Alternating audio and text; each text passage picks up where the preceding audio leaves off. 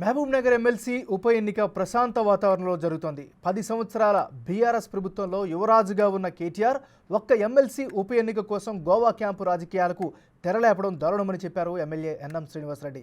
స్థానిక సంస్థల ఓటర్లను భయపెట్టాలని చేసిన కాంగ్రెస్ పాలనలో అది సాధ్యం కాలేదని చెప్పారు. డబ్బులతో కొనాలని చూసిన బీఆర్ఎస్ నేతలకు బుద్ధి చెప్పేందుకు లోకల్ బాడీ మెంబర్లు అంతా కాంగ్రెస్ వైపే ఉన్నారని అంటున్న మహబూబ్నగర్ ఎమ్మెల్యే ఎన్ఎం శ్రీనివాసరెడ్డితో మా ప్రతినిధి శంకర్ ఫేస్ టు ఫేస్. ప్రశాంతమైన వాతావరణంలో మహబూబ్నగర్ ఎమ్మెల్సీ ఉప ఎన్నిక జరుగుతుంది. ఈ నేపథ్యంలో తన ఓటుని ఇప్పుడే ఉపయోగించుకున్నటువంటి మహబూబ్నగర్ ఎమ్మెల్యే ఎన్ఎం శ్రీనివాసరెడ్డి మనతో ఉన్నారు. సార్ చెప్పండి సార్, ఎట్లా చూడాలి? ఈ ఓవరాల్గా మనం గత కొద్ది రోజులుగా కూడా చూస్తున్నాం, మొత్తం కూడా క్యాంపు రాజకీయాలను ఈసారి పూర్తిగా తలపించినటువంటి ఎమ్మెల్సీ ఉప ఎన్నిక. అంటే దీన్ని ఎట్లా చూస్తారు సార్? గోవా క్యాంపు రాజకీయాలను ఎలా చూడాలంటారు?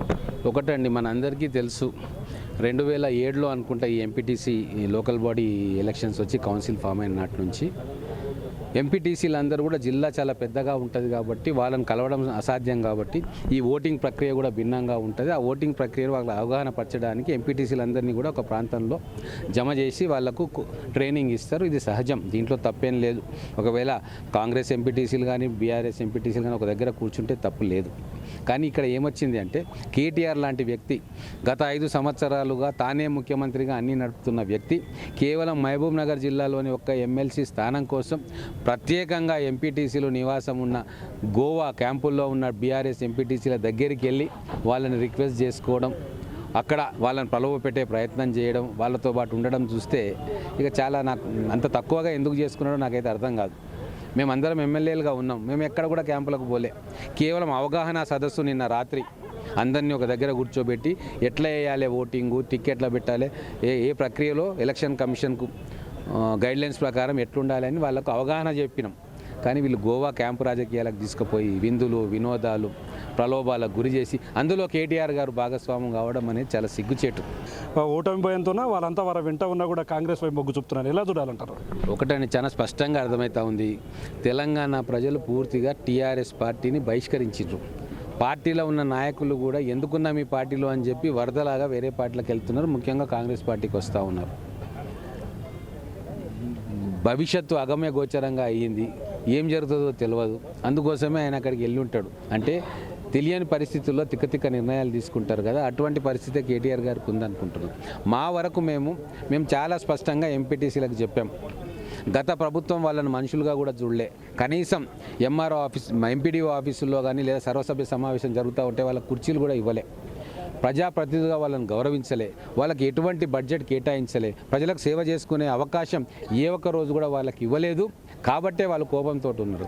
ఏదో ఊరికి ఉపకారం చేద్దామని చెప్పి కొంతమంది ఎంపీటీసీలు స్వంత ఖర్చుతోటి పనులు చేస్తే వాటికి బిల్లులు కూడా ఇవ్వలే. కాబట్టే వాళ్ళందరూ కూడా కోపంగా ఉన్నారు. కాంగ్రెస్ ప్రభుత్వమే మమ్మల్ని గౌరవిస్తుంది, మేము చాలా కాన్ఫిడెంట్గా ఉన్నాం. వాళ్ళ ఆత్మసాక్షిగా వాళ్ళు ఓటేయబోతూ ఉన్నారు. వాళ్లకు జరిగిన అగౌరవం, వాళ్ళను 5 ఏళ్ళు కించపరిచిన దాఖలాలు అవన్నీ కూడా మనసులో పెట్టుకొని కడుపు రగిలి ఈరోజు కాంగ్రెస్ పార్టీ అభ్యర్థిని గెలిపించబోతా ఉన్నారు. అంటే ఇప్పుడు చూస్తున్నాం సార్, అంటే సీఎం రేవంత్ రెడ్డి మహబూబ్నగర్కి వచ్చినప్పుడు కూడా గతంలో జెడ్పీటీసీ స్థాయి నుంచి వచ్చిన వ్యక్తికి వారి కష్ట నష్టాలు తెలుసు. గతంలో బీఆర్ఎస్ పార్టీలో వారికి అవమానాలు ఎదురయ్యాయి అని అంటున్నారు. ఒకవేళ మన్యజీవన్ రెడ్డి విజయం తర్వాత అంటే గతంలో జరిగిన తప్పులను పూర్తిస్థాయిలో నివారించగలుగుతారంటారా? జెడ్పీటీసీ పంచాయతీరాజ్ వ్యవస్థను తీసుకొచ్చిందే కాంగ్రెస్ పార్టీ. పంచాయతీరాజ్ వ్యవస్థను బలోపేతం చేయాలన్న ఉద్దేశం కాంగ్రెస్ పార్టీకి ఉంది. కాంగ్రెస్ పార్టీ ఎప్పుడు కూడా ఒక డెమోక్రటిక్ ప్రాసెస్లో నడిచే పార్టీ, నియంతృత్వ ధోరణితో ఉండే పార్టీ కాదు. అపీల్ చేసిండు మహబూబ్నగర్ జిల్లాలోని ఎంపీటీసీలకు, మీరు మా క్యాండిడేట్ జీవన్ రెడ్డి గారిని గెలిపించండి, మీ కష్టాలు బాధలు మాకు తెలుసు, వాటిని తీర్చే ప్రయత్నం చేస్తా, అందుకు జీవన్ రెడ్డి గారిని మీరు గెలిపిస్తే వారు ఆ బాధ్యత తీసుకుంటారని చెప్పి ప్రజాముఖంగా ఒక అపీల్ చేసిండు. వీళ్ళందరికీ కూడా ఒక భరోసా వచ్చింది.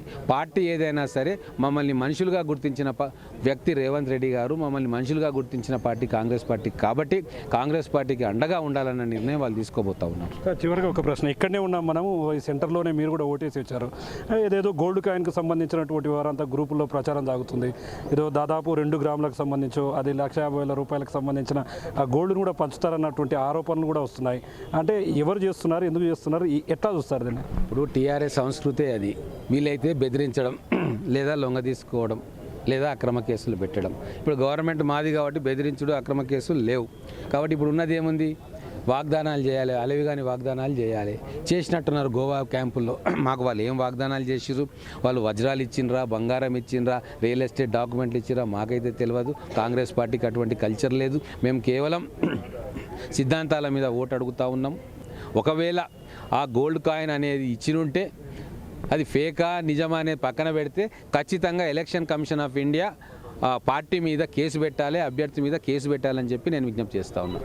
చూస్తున్నాం ఓవరాల్గా గతంలో బీఆర్ఎస్ పాలనలో స్థానిక సంస్థల ఓటర్లంతా కూడా మర్యాదలు లేక పూర్తి స్థాయిలో ఇబ్బందులు పడ్డారు. అదే క్రమంలో ఇప్పుడు వచ్చినటువంటి అవకాశాన్ని వినియోగించుకొని కాంగ్రెస్ పార్టీ అభ్యర్థిగా ఉన్నటువంటి మన్య జీవన్ రెడ్డికి ఓటు వేసి పూర్తి స్థాయిలో భవిష్యత్తులో అభివృద్ధి దిశగా ప్రయాణించాలని చెప్పి చూసేలా స్థానిక ఓటర్లు ఉన్నారని చెప్పి, కాబట్టి ఖచ్చితంగా ఈ ఎమ్మెల్సీ ఎన్నికల్లో పూర్తి స్థాయిలో కాంగ్రెస్ పార్టీదే విజయం అని చెప్పి కూడా స్థానిక ఎమ్మెల్యే ఎన్ఎం శ్రీనివాసరెడ్డి చెప్తున్నటువంటి పరిస్థితి కనిపిస్తుంది. ఇక్కడ latest update camera person Nageshwar Shankar Goud, big TV, Mahabubnagar నుండి.